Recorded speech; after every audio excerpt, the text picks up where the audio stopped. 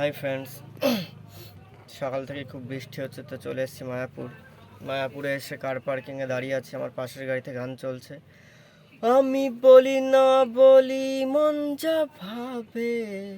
এই গানটা হচ্ছে, তো এই গানটা শুনে আমার একটু গান করার ইচ্ছে হলো। এত বৃষ্টি চারিদিকে, তো শোনো। হে হে হে হে হে হে হে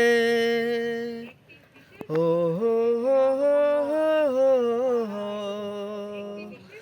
আহা হা হা হা।